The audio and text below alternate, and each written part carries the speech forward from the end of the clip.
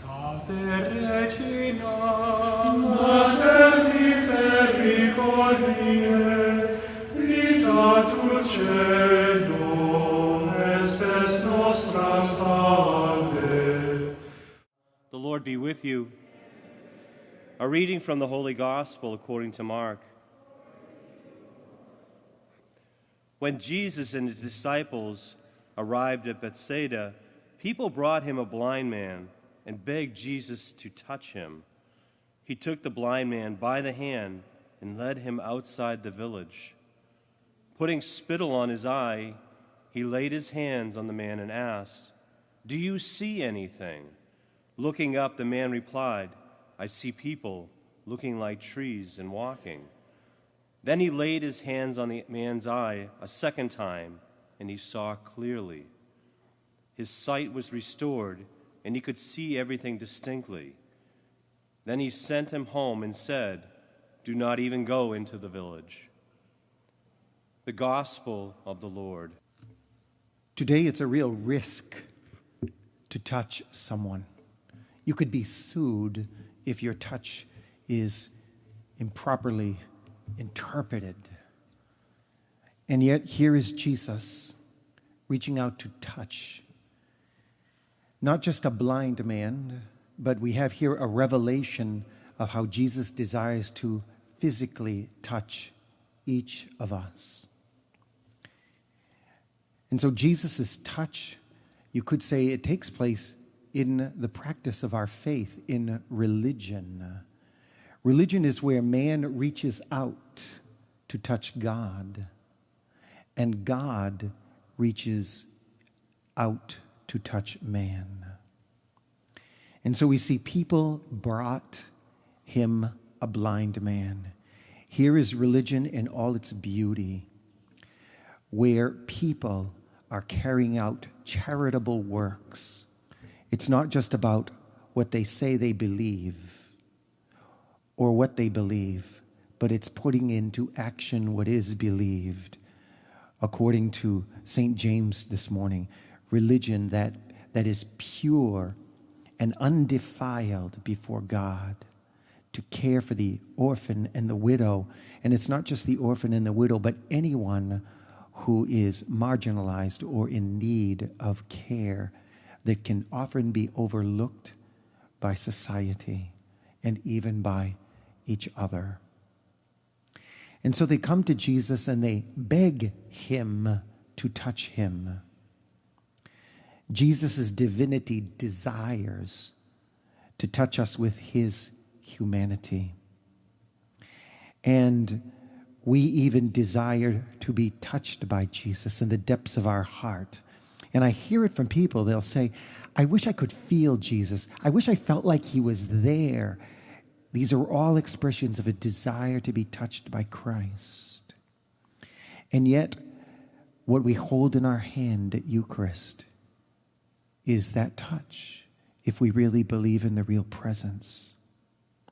And so we're told he took the man by the hand. And when I read that line, I thought of my big brother holding my hand and leading me. And I could see Jesus holding my hand, Jesus, my brother, my big brother, holding me by the hand and taking me where I needed to go for safety and healing. Jesus taking his brother or his sister by the hand, bringing them to a net of safety. He led him outside the village. Jesus was leading him away from the crowd, away from the humiliation, away from making this a spectacle, but instead making it an act of great intimacy between two people who really care about each other. Him caring and the blind man caring because he wanted to see Jesus, wanted to feel Jesus, and Jesus because he had to touch this man. He has to touch humanity. And that's why he came in the incarnation, isn't it? The blind man can't see, but he surely can feel. And his sense of feeling is heightened, especially even because of his blindness. And so this leading him outside of the village becomes a great time of intimacy, feeling Jesus, having his hand held.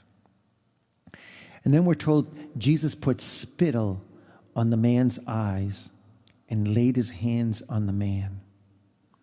Jesus' humanity touching his dear brother with care and reverence. And I was thinking of the spittle. At first, that kind of ekes us out a little bit. But I was thinking about how I watched my mother a few times with my baby brother. She licked her thumb and wiped a smudge of mustard off his face, or even wiped his runny nose with her finger. Mothers do that, and sometimes fathers too. But that's not a sign of horror. That's just the loving care of a parent. And so here is Jesus with the spittle, touching as a mother touches her child. Here is Jesus modeling the church, Mother Church, using spittle to wipe a smudge off her child's face. It almost reminds us of baptism, salt on the tongue in the older ritual, and touching with spittle, yes. People he sees walking as trees, we're told. He doesn't see quite clearly. He's going to need a second touch. I see people, they're walking like trees. It's reminiscent of when we first come to Jesus. We only see our personal needs. And there's nothing wrong with that in a sense, because when we're in pain, when we're in agony, there's no hurt like my hurt. Nobody feels my hurt. Nobody else can feel that for me, and nobody understands how painful it really is for me. And so we have this tendency to look interiorly and exteriorly first when we encounter Jesus, so he can take our pain away from us or remove our anxiety. We don't yet see perfectly because we still can't find the way to see outside of ourselves. You could say that in our blindness, we still have our eyes closed. And so we may remain preoccupied with the screen in front of our eyes that we like to thumb and be preoccupied with, but we never see others. And so finally, Jesus touches him again with his hand, and he sees everything distinctly, we're told. Now, he sees the purity of the religion St. James describes. Now he sees the need to care for the sick, care for the widow, because he has been cared for and he understands the need to be cared for. And now he is compelled to be one who will leave from this scene no longer blind to the beauty of Jesus and the beauty of his body, the church. Now he goes out and becomes Jesus, touching the world, because he is Jesus who touches sacramentally for Christ Jesus, who requires all of us to respectfully care for one another with the touch of Christ. Regina Celi, let us